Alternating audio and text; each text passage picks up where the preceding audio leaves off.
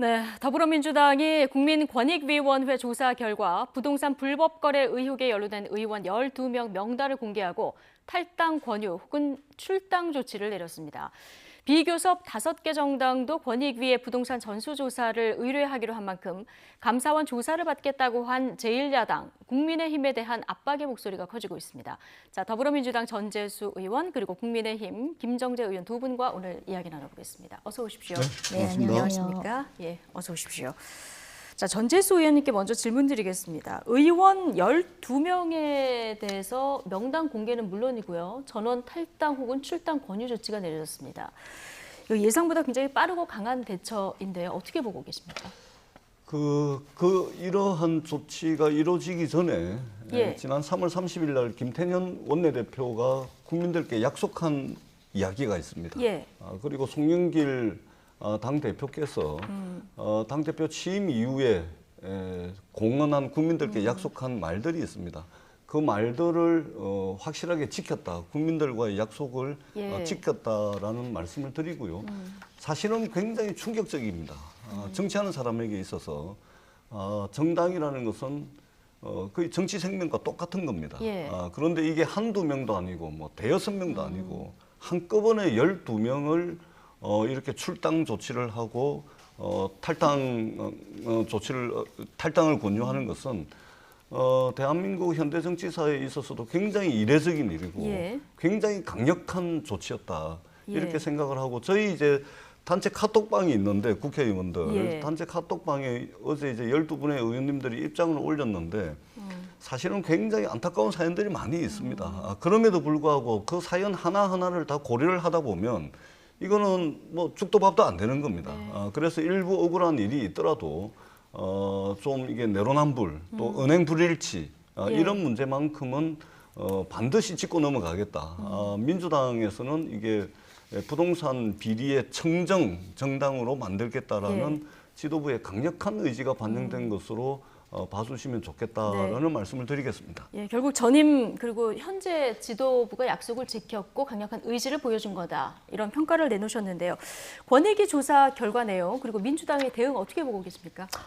저는 굉장히 사실 같은 국회의원으로서 네. 굉장히 안타깝죠. 이렇게 아마 헌정사상 이렇게 12명의 국회의원을 출당 조치를 한 것은 아마 처음이 아닌가 예. 싶습니다. 이게 민주당의 어떤 위기의식이 저희한테도 고스란히 느껴졌습니다. 4.7 보선이 참패하고 민심이 얼마나 무서운지를 알기 때문에 다음 대선을 위해서라도 취할 수밖에 없었던 그런 대처가 아니었나 예. 싶고요. 마찬가지입니다. 저희 당에서도 그때 3월 달에 저희는 권익위가 아니라 네. 정치적 중립을 지키고 예. 또 권력기관으로부터 독립된 그리고 요즘 또 국민의 신망을 많이 얻고 있죠. 감사원에 다 조사를 해달라라고 네. 지금 전 의원들이 동의서를 낸 상태입니다. 예. 그래서 이제 감사원에서 조사를 할 텐데 저희가 좀 뒤늦게 안 사실인데 감찰 대상이 아니다라고 하는데 이걸 위해서 저희가 지금 법 개정안을 지금 낼 예정입니다.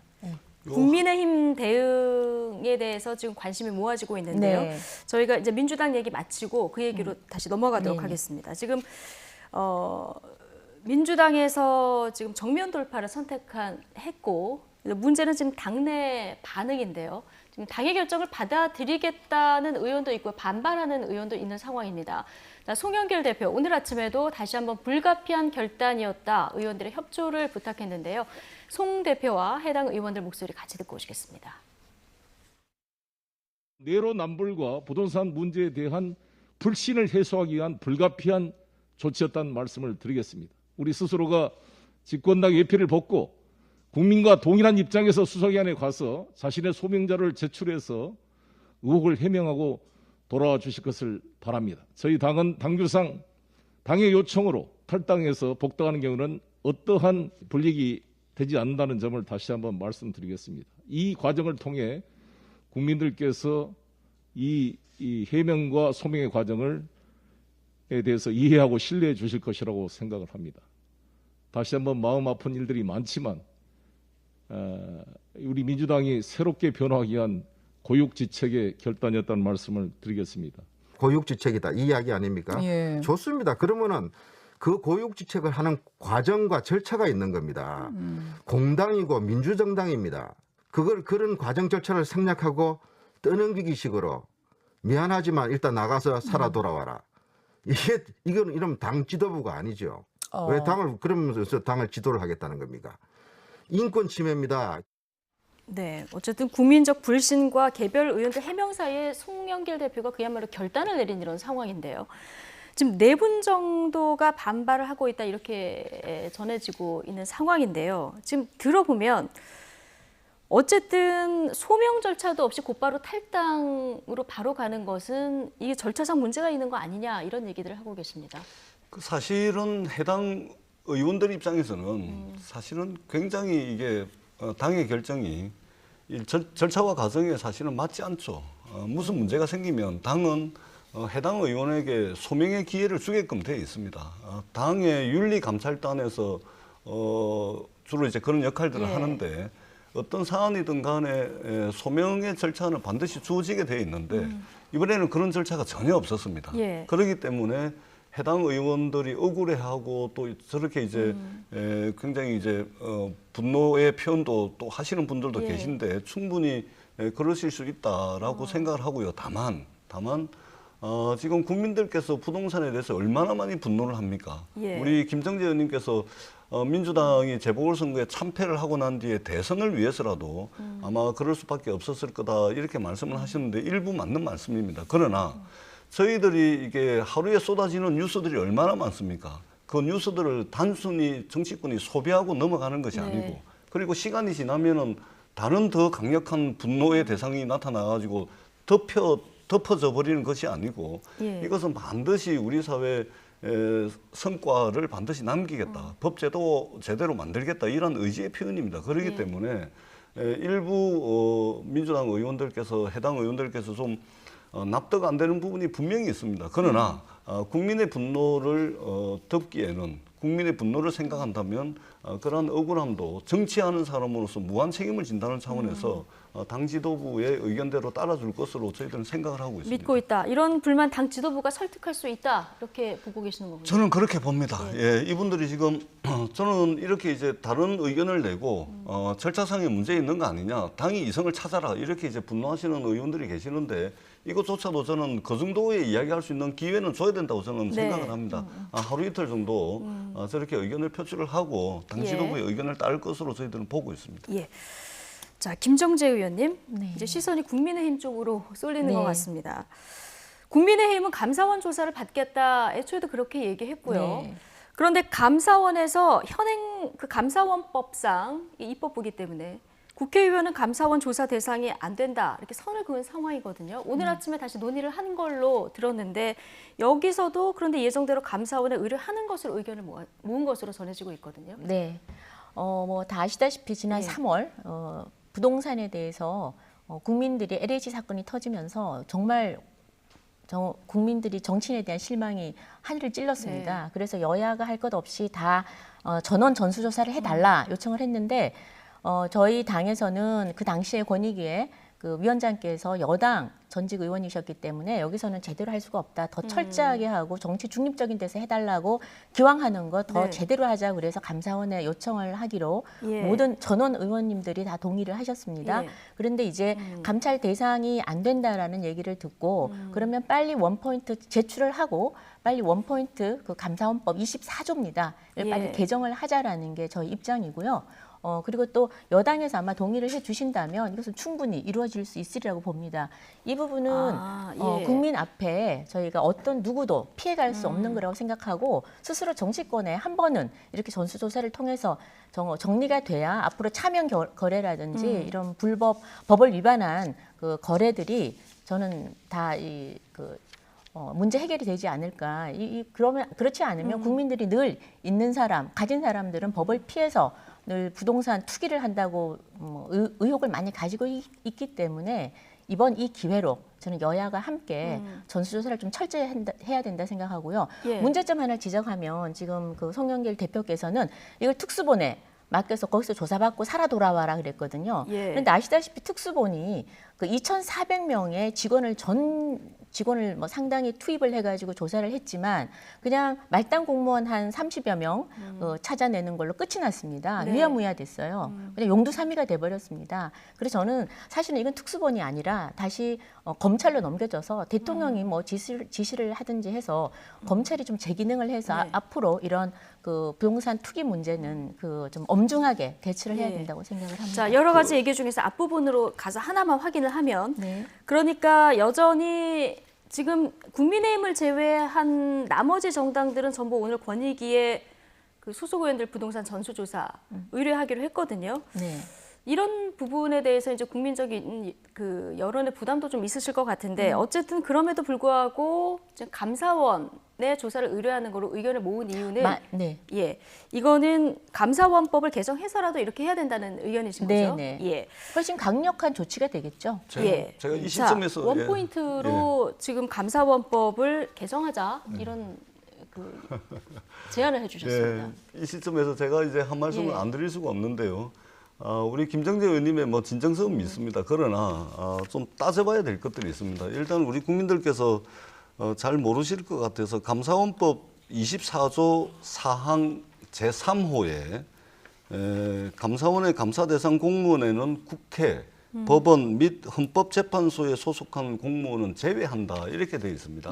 그런데 이 규정 하나를 원포인트로 해서 감사원법을 개정하는 것은 그럴 수는 있습니다. 그러나 대한민국의 모든 정부 조직 구성 원리라든지 이런 것들이 상권 분립의 굳건한 기반 위에 서 있는 겁니다. 견제와 균형의 원리라는 상권 분립의 기반 위에 서 있는데 감사원법을 이런 식으로 국회의원을 조사할 수 있고 감사할 수 있도록 해버리면 큰 틀에서 대한민국의 정부 구성 원리라든지 이런 상권 분립의 원칙 기반 자체를 붕괴시켜버리는 겁니다. 과연 이것을 위해서 국회의원의 부동산 전수조사를 위해서 상권 분립의 가치를 위반할 정도로 그것이 그렇게 중요하냐? 절대 그렇지 않다는 말씀을 드리고요. 그리고 지금 국민의힘 그 새로운 지금 기풍을 만들고 있지 않습니까? 그런 차원에서라도 지금 국민의힘을 제외한 나머지 국회를 지금 구성하고 있는 모든 정당이 국민권익위원회 다 하고 있습니다. 그렇기 때문에 이것이 또 시간 지나면 묻혀지겠지, 국민들로부터 관심이 사라지겠지 이렇게 생각을 하고서 그렇게 좀 대처하시면 상당히 좀 문제가 있다 이 말씀을 드리고 한 말씀만 덧붙이자면 지난 3월 19일 날 김종배 시선집중 라디오에 나가셔가지고 주호영 대표께서 제가 드린 말씀을 똑같이 했습니다. 국회 내에서 조사특위를 구성해서 하는 방법이 있고 감사원이나 국민권익위원회에 의뢰하는 방법이 있는데 감사원은 상권 분립의 원칙 때문에 국회의원을 감사할 수가 없다. 그러니까 원리상 맞지 않다. 이렇게 주호영 대표가 상권 분립을 이야기를 합니다. 그런데 지금에 와가지고 상권 분립의 원칙을 깨는 원포인트 개헌을 하겠다. 말이 안 되는 것이죠. 그리고 3월 30일 날 주호영 원내대표께서 원내대책회의 때 권익위에서 민주당 의원들 조사를 해서 뭘 찾아내면 우리도 기꺼이 거기 조사받겠다. 이렇게 이미 말씀을 하셨습니다. 그래서 더 이상 이제 국민들의 관심이 한참 고조돼 있을 때 그리고 국민의힘에 대한 주목도가 지금 전당대회를 통해서 주목도가 지금 높게 형성돼 있을 때 같이 동참을 하셔서 정말로 이 국회의원들이 사전 정보를 입수한다든지 또는 국회의원을 하면서 재산까지 불려나가는 이런 국민들로부터 손가락질 받는 이런 국회는 이제 이번 기회를 계기로 해서 반드시 없어져야 된다. 여기에 국민의힘이 동참을 해주십사 하는 말씀을 드리겠습니다. 예, 김정재 의원님.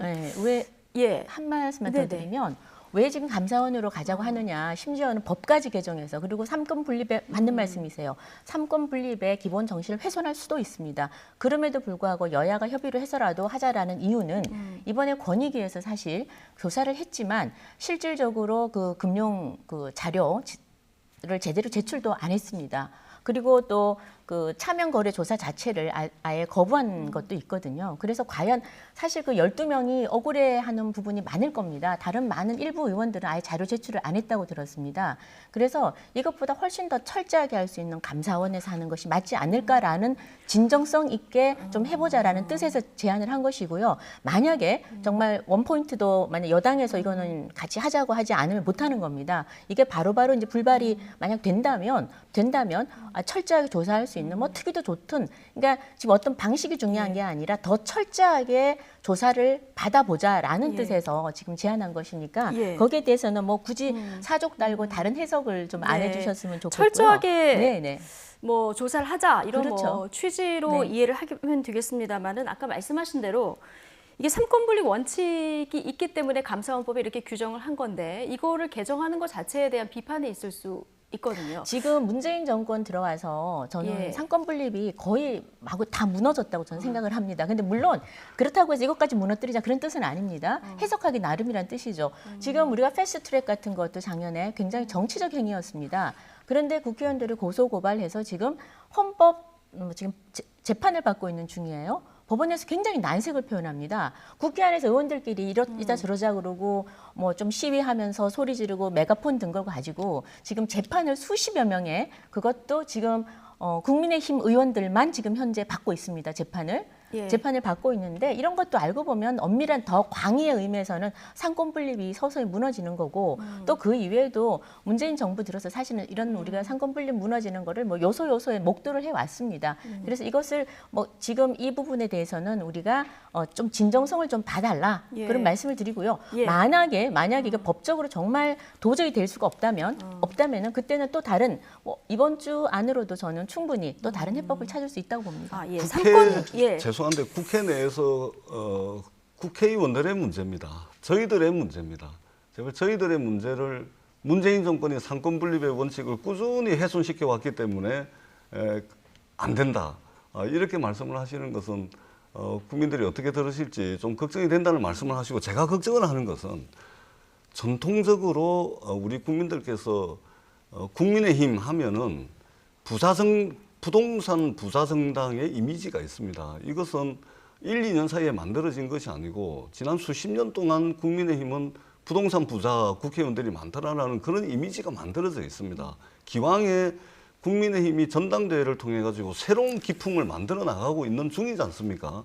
저는 여기에 정말로 이게 뭐 감사원 해가지고 우리들의 문제를 해결하는데 이렇게 상권 분립의 문제까지 원칙까지 훼손을 하면서 할 필요가 있겠습니까? 새로운 기풍을 만드는 과정이면 이번 참에 쿨하게 그리고 간단하게 왜 우리 문제 때문에 이렇게 원포인트 또 개헌을 해야 됩니까? 그러니까 지금 좀 두려워하시는 것 같은데 사실 권익이 훨씬 약하거든요. 그 약한 데서 전수조사 받는 건 사실 겁이 안 나는 겁니다. 당연히 뭐 하라 그러면 아주 쉽게 할 수 있습니다. 근데 훨씬 더 강하게 엄격하게 하자는 취지니까 뭐 상권 분립 이런 문제 가지고 좀 길게 논의할 필요는 없을 것 같고요. 그러니까 이번에 아주 지금 쉽게 하자는 거다 오히려 권익위가 그러면 지금 사실 삼권 분립이 정치적으로 무너졌다 이렇게 평가를 하는 것하고 법을 개정하는 문제는 또 다른 문제일 수 있기 그렇죠. 때문에 그러니까 법 그렇기 개정은 때문에 이게 어떤 국회 문제고 이거 법을 개정한다라는 것은 상권 분립이 무너지지 않는 범위 내에서 다 하는 것이기 때문에 이거 국회 내에서 잠시 이 원포인트 개정에 대해서 한번 논의를 해볼 필요는 있을 것 같습니다. 그냥 그 의원들 중에서 그냥 권익위 조사 받자 이런 의원들은 없으십니까? 아까 만약에 이게 안 되면 권익위 조사는 다 당연히 하자. 받는 왜냐면 낮은 단계니까. 그리고 하나 더 중요한 것은 저는 이런 생각을 합니다. 야당이지 않습니까? 자, 야당 배경은 지금 우리 저런 그 뭐 편견인지 사실인지는 아직은 밝혀지지 않았지만 우리 전재수 의원님께서도 국민의힘은 부자당일 것이다. 국민의힘 당일 것이다. 국민의힘은 뭐 부동산 당일 것이다라는 편견을 갖고 계세요. 뭐 참고로 저는 뭐 한 4, 5년 전에 50이 다 돼서야 겨우 조그마한 저도 뭐 아파트 하나 장만했지만 사람마다 다르다는 말씀을 좀 드리고 싶고요.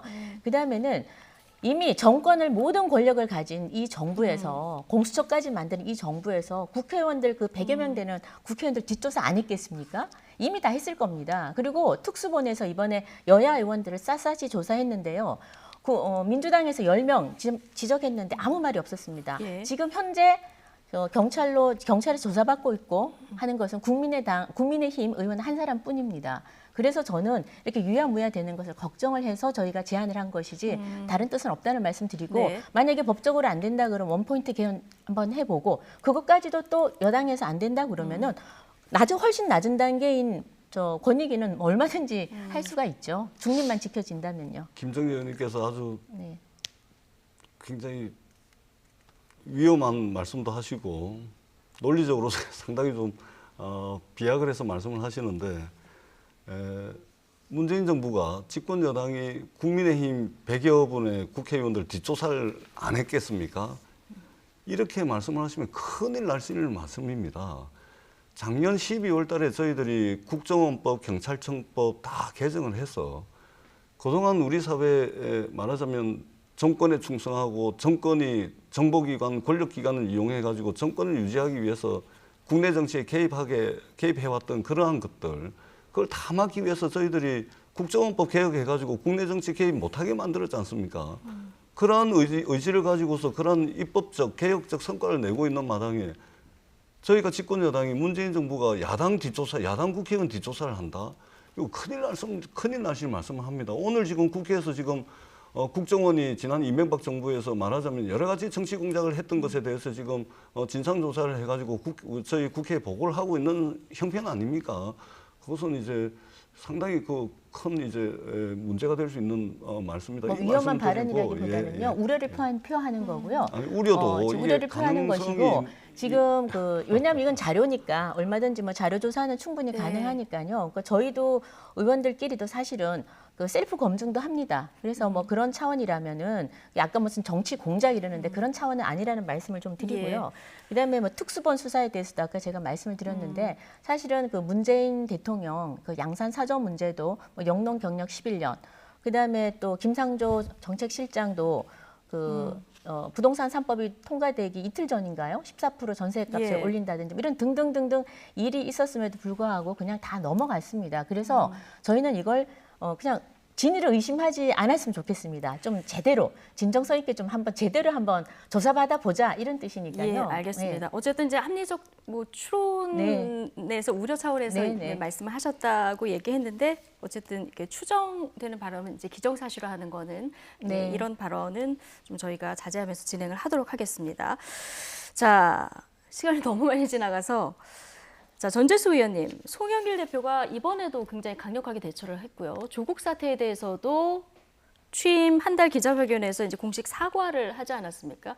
이게 이제 다 대선을 앞둔 어떤 행보다, 뭐 이럴 수밖에 없다 이런 분석들도 나오는데 이 송영길 대표의 최근의 행보에 대해서 당내에서 여러 가지 이제 목소리들이 나오더라고요. 어떤 반응이 더 많습니까? 예, 맞습니다. 저희들이 재보궐선거 참패를 하면서 정신을 차려야 되는 거 맞죠. 네. 국민들의 표를 통해서 심판을 받았기 때문에 공당으로서 반응을 하는 것은 당연합니다. 그리고 내년에 이제 대통령 선거를 앞두고 있기 때문에 대통령 선거 이기기 위해서는 당연히 국민들께서 원하는 방향으로 변화하기 위한 몸부림을 쳐야 되는 것은 당연한 것이죠. 다만 이제 이번에 국회의원들 부동산 전수조사의 문제는 대통령 선거를 준비하는 차원도 있긴 합니다. 전혀 없다고 볼 수 없는 것이죠. 그래야 국민들이 지지를 확보하는 것이니까. 그러나 그게 다는 아닙니다. 예를 들면 싱가포르 같은 경우는 고위공직자들의 부정 비리로부터 이제 청정국가 아닙니까? 근데 이것이 어느 날 하늘에서 뚝 떨어진 것이 아니고 1960년도에 이러한 개혁 작업을 시작을 해가지고 무려 40년에 걸친 개혁 작업을 거쳐서 싱가포르이 오늘날 부정과 비리, 부패로부터 청정국가가 된 것이거든요. 그 싱가포르도 그 40년 사이에 계기가 있었습니다. 그러한 계기 때마다 그냥 흘러가는 것이 아니고 정확하게 그것을 법 제도로 만들고 성과를 남겼기 때문에 오늘날 그런 나라가 된 것이거든요. 저희들도 마찬가지입니다. 내년 대선이 있긴 하지만 이번 참에 정말로 성과를 내고 법 제도 바꾸고 그다음에 국회의원들의 도덕적 수준 또는 부동산에 대한 이런 국민들의 상식적 눈높이를 좀 충족시켜 나가는 이러한 것들을 성과로 남긴다면은 고위공직자들의 부정부패의 문제라든지 비리의 문제라든지 이런 것들을 한 단계 더 좀 업그레이드 시킬 수 있고 청정국가로 나아가는 데 있어서 하나의 커다란 계기가 될 수 있다. 그래서 저희들이 입법적 성과를 비롯해 가지고 여러 가지 성과를 내기 위해서 가혹하지만 이렇게 진행을 하고 있다. 그래서 당내 대부분의 의원들이 굉장히 힘든 결정이었지만 당 대표로서 우직하게 잘하고 있다. 이런 평가들이 대세입니다. 예. 자, 양전철 전 민주연구원장이 오랜만에 인터뷰를 이제 하셨던데요. 민주당을 향해서 절박함이 없다. 청와대 참모들을 향해서 능숙한 아마추어가 많다. 굉장히 이제 쓴소리를 내놨습니다. 이철희 정무수석이 자극을 주는 건 좋은 약이라는 쓴소리다 이런 평가도 했는데 이거 쓴소리로 받아들이는 분위기입니까? 저도 이제 잘 아는 분인데요. 말씀을 이제 함부로 하시는 분은 아닌데 이번에 좀 작정을 하고 이제 말씀을 하신 것 같은데 그렇다 그래서 뭐 양정철 원장이 일방적으로 당정청에 대해서 비판을 했다기보다 스스로에게도 이제 반성적 성찰을 하는 차원 그리고 우리 모두에 대한 이제 지적이라고 보고 있고 이제 대통령 선거도 앞두고 있고 당이 또 변화를 위한 몸부림을 치고 있는 데 있어서 상당히 보약이 될 것으로 저는 생각을 하고 있습니다. 보약이 될 것으로 그렇습니다. 생각하고 있다. 이 여러 가지 작심 발언 중에 통합의 정치를 강조하면서 양정철 전 원장이 연정 카드를 꺼냈습니다. 네. 야당에서는 이 발언 이제는 어떻게 보십니까? 저는 뭐 이건 이제 저 야당의 입장이 보다는 네. 이제 저의 입장인데 저는 우리 오늘 들어오기 전에도 우리 의원님하고 많은 얘기를 나눴는데 이 강력한 이 대통령제, 제왕적 대통령제는 언젠가는 바뀌어야 된다. 그래서 국민들을 위해서는 저희가 국회가 좀 중심이 돼야 되고 연정도 가능하다는 얘기도 나누었고 그건 제 개인적인 생각입니다. 네. 제 개인적인 생각이고 그다음 저는 이제 그런 큰 틀에서 이번에 양 원장 발언도 있었지만 아까 좀 전에 보니까 그 아마추어가 많다라는 표현을 하셨던데 작심 발언을 하신 것 같아요. 근데 아마 대통령을 위한 직원이 아니었나 싶은데 대통령을 근데 위한 그 직원이다. 대통령을 위한 그런데 보니까 이게 아마추어 프로라 뭐에 대한 아마추어 프로라는 거냐 이게 저는 궁금해요. 그러니까 뭐 대통령을 잘 모시는데 아마추어냐. 아마 이 말 속에는 보니까 여론 대응을 아마추어처럼 하지 않느냐라는 비판을 하신 것 같아요. 그런데 이걸 보면 아직까지 양정철 원장이 조금 아직은 현실 직시를 못한 것 같다. 얼마나 많은 국민들이 문재인 대통령으로부터 등을 돌렸는지 아직 덜 느끼시는 것 같아요. 예. 실제로 여기서 말을 해야 될 건 뭐냐면 정말 대통령이 국민들이 분노한 이유는 정의와 공정이 무너진 겁니다. 그다음에 많은 정책에서 구체적으로 실정을 계속 거듭한 겁니다. 부동산이라든지 많죠. 그러니까 이런 부분에 대해서 정말 아마추어처럼 했구나. 왜 이걸 잘못했냐. 이걸 질타해야 되는데 왜 대응을 그렇게 못하냐. 그러니까 실제로 에센스, 그 본질에 대한 문제를 좀 비판을 하면서 니네 좀 아마추어다라고 했더라면 좀 더 저는 그 올바른 직원이 되지 않았을까라는 생각을 하고요. 좀 아쉽다는 생각을 하고 더불어서 우리한테는 기회가 오는구나 그런 생각을 합니다. 아직까지 현실을 직시하지 못하니 우리 당에서는 지금 뭐 엄청난 광풍이 불고 있습니다. 반성의 광풍, 또 변화의 광풍, 개혁의 광풍들이 불고 있기 때문에 저희가 좀 더 차근차근 더 국민 가까이 가야겠다 그런 생각을 해봅니다. 국민의힘 광풍 얘기하셨으니까요. 네. 바로 국민의힘 전당대회 소식으로 넘어가겠습니다. 자, 국민의힘 새 지도부를 선출하는 전당대회 이제 이틀 앞으로 다가왔는데요. 당 지도부 선출을 위한 당원 투표율 36%를 넘으면서 역대 최고 기록을 갈아치웠습니다. 오늘부터는 또 모바일 투표에 참여하지 않은 당원 ARS 투표도 시작이 되죠. 투표율은 더 높아질 수밖에 없는 이런 상황입니다. 30대 이준석 후보와 중진 후보 간 치열한 공방이 여론의 주목을 받은 영향으로 보이는데요. 주목을 받은 만큼 막판 후보들 간의 신경전도 극에 달하고 있습니다. 오늘 아침 주호영 후보는 대국민 호소 발표문까지 내놨는데요. 이 모습 잠깐 보고 오시겠습니다. 윤석열 전 총장의 장모건에 대해서 이 형사적으로 문제가 되면 덮을 수 없다. 윤 총장이 책임져야 한다. 이런 발언을 하셨습니다. 저는 제 귀를 의심했습니다. 귀를 의심하셨다고 하는데 다 들어보긴 들어보셨습니까? 저는 오히려 전원 과정에 있어가지고 잘못 전해진 것일 것이다 라고 제가 단언해서 말했거든요. 그게 그렇게 해석하기 어려우셔가지고 자꾸 곡해가지고 표현하시는 겁니까? 아니 그 내용을 한번 쭉 읽어보시고 그다음에 기사가 어떻게 나왔는지 봐보십시오. 그러니까 우리가 정치인의 언론 개혁하시려고 합니까? 기사 탓을 왜 하십니까? 민주당과 대선을 치르는 과정 중에서 이런 식으로 곡해해가지고 예를 들어 전투에 돌입하신다면은 지금까지 그러셨던 것처럼 프레임 전쟁에서 100전 100패 하실 것이다 이렇게 판단하고요. 그 막중한 임무 어느 것 하나라도 실패하면 우리 당은 또다시 혼란에 빠지고 비대위로 갈 수밖에 없는 그런 상황입니다. 현란한 언어의 유희나 강경투쟁을 성과로 포장하는 데 현혹되지 마시고 진정한 승부사를 선택해 주십시오.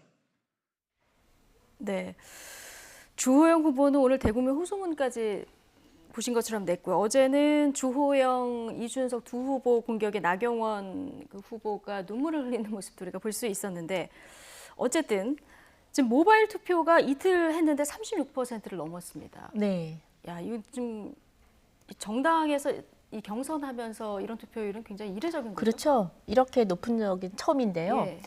이번에 아마 이렇게 높을 수 있었던 이유는 첫 번째는 뭐 국민들도 마찬가지고 특히 당원들이 이번 지도부는 다음 대권을 준비하는 지도부이기 때문에 엄청 일단 중요하다라는 걸 알 겁니다. 네. 그래서 이번 또 흥행에 성공하기도 했고요. 이준석 후보라는 또 30대 네. 후보가 신선하게 나오면서 또 많은 초선 의원들이 최고위원으로 나왔습니다. 다양한 목소리가 나왔고요. 그래서 흥행을 성공해서가 아니라 흥행에 또 성공을 시켜준 그런 국민들과 당원들이 있었기 때문에 이번에 저희 전당대회는 굉장히 그래도 풍성한 전당대회가 되지 않나 싶습니다. 네. 근데 막판으로 갈수록 관심이 뜨거워져서 더 그런가요? 후보들 간의 신경전이 이제 언론 보도를 통해서 많이 전해지고 있는데 앞으로 이게 이제 당내 갈등이 당 대표가 뽑힌 이후에 갈등이 또 되지 않을까 이런 우려도 나옵니다.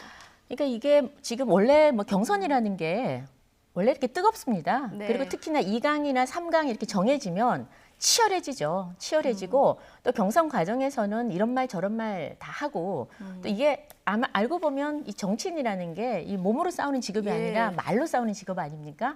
그렇다 보니까 그 말이 조금 독해질 때도 있을 겁니다. 그리고 한 사람은 변화를, 한 사람은 안정을 또 각각 추구하는 또 가치들이 다르고요. 그래서 저는 치열하게 하는 게 맞다고 보고요.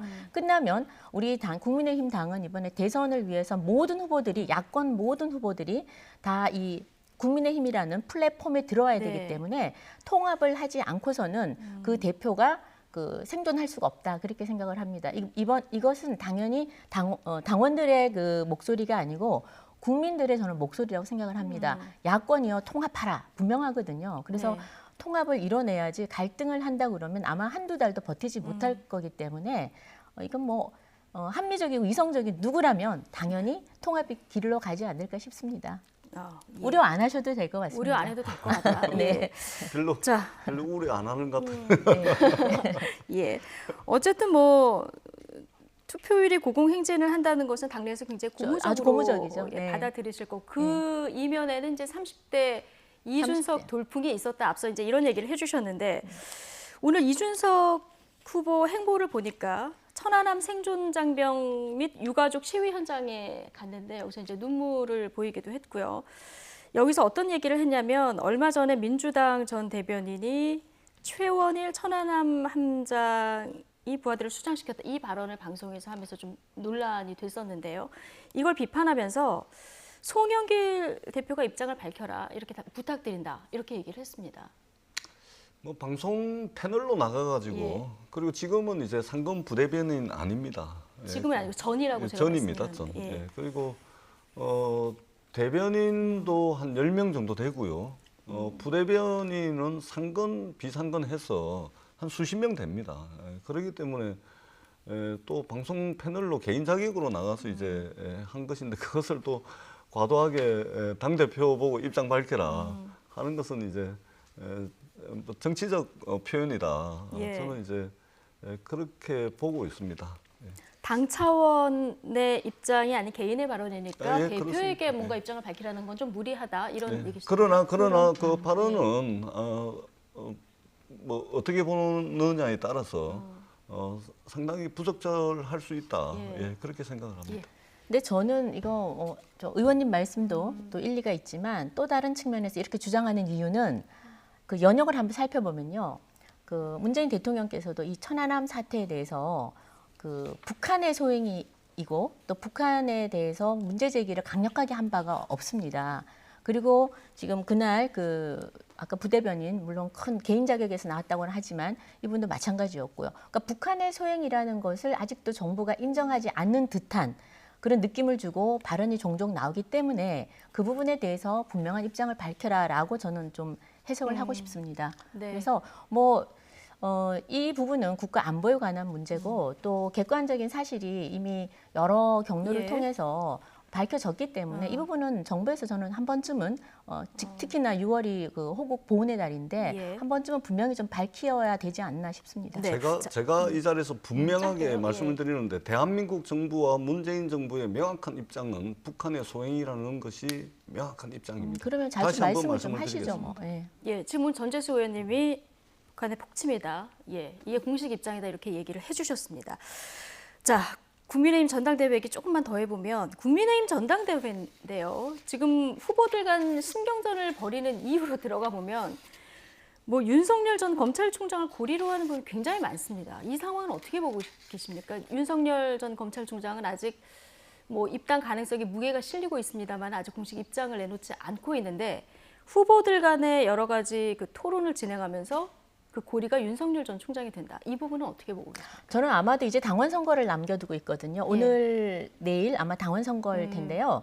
예, 당원들은 제일 지금 관심이 좀 아이러니컬하게도 심지어 윤석열 그 검찰총장 시절에 검찰총장은 아니었죠. 윤석열 총장이 검사직에 있을 때 박근혜, 이명박 대통령이 다 구속이 됐습니다. 그럼에도 예. 불구하고 영남에서도 압도적 지지를 해줍니다.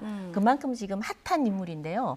이 부분 지금 이런 당원들을 향해서 윤석열이라는 이 인물에 대해서 얘기하는 건 전 당연하다고 보고요. 지금 가능성이 가장 크게 점쳐지고 있으니까 예. 그 어떤 후보가 되면 윤석열이 들어오기가 좀 힘들다, 좀 쉽다라고 서로 공방을 하는 것은 뭐 자기 전략상 저는 충분히 가능하다고 봅니다. 그럼에도 불구하고 윤석열 그 총장의 정치적 행보는 이미 직간접적으로 시작이 됐고요. 그 언제 뭐 입당하느냐 안 하느냐는 지금 아무도 알 수 없죠. 아무도 알 수 없고 굉장히 전략적 판단을 해서 저는 하지 않을까 싶습니다. 야권 통합을 바라는 당심 때문에 아무래도 후보 토론에서 네. 이 얘기가 나올 수밖에 없다. 네네. 이런 얘기신데요. 윤석열 전 총장의 등판을 앞두고 민주당도 지금 단단히 검증에 벼르고 있는 모습입니다. 비판 수위도 지금 높아지고 있는데요. 관련 발언 듣고 오시겠습니다. 평생을 검사로 산다는 것은 국민을 잠재적 피의자로 본다는 거 아닙니까? 그런데 대통령이라는 것은 국민을 잠재적 피의자로 보는 자리가 아니라 국민을 주권자로 보고 국민을 지켜야 될, 모셔야 될 그러한 사람으로 보는 자리거든요. 그런 모두 전환이 과연 짧은 시간 내에 될 수 있을까? 의문이고 그것은 본인이 이제 증명해야 될 것이라고 생각합니다. 지금 이제 윤석열 총장 행보 보이는 거 보면 막 견학 다니면서 뭐 좀 어떻게 보면 웨이프와 기판 이런 것들 물어보고 막 이런 식의 중고등학생 정도 수준의 이런 질문밖에 하고 있지 않아서 매우 좀 준비되지 않은 것 같아서 우려스럽다라는 생각입니다. 비판 수위가 좀 거세지고 있는 상황인데 어쨌든 큰 틀로 말하면 준비되지 않은 것 같다. 자, 이런 얘기를 하는 것 같습니다. 근데 앞서 송영길 대표 얘기 중에 평생 검사로 산다는 거 국민을 잠재적 피의자로 본다는 것인데 국민을 모셔야 하는 대통령으로 모두 전환이 빨리 되겠느냐. 자, 이런 발언을 했습니다. 이 발언 어떻게 들으셨습니까? 그러니까 이 송영길 대표의 이 발언이 곧 김종인 대표의 말씀하고 똑같은 겁니다. 예, 세계 역사상 검사가 대통령이 된 사례가 한 번도 없다라는 이야기가 똑같은 거거든요. 사회적으로 검사는 굉장히 훌륭한 직업입니다. 우리 사회에서는 절대 없어서는 안 되는 그런 직업이죠. 근데 검사는 기본적으로